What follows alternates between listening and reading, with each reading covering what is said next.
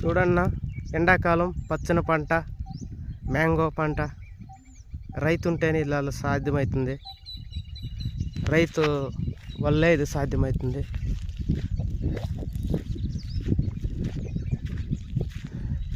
ఎండాకాలంలో పచ్చదనము ఇది రైతు వల్లే సాధ్యమవుతుంది.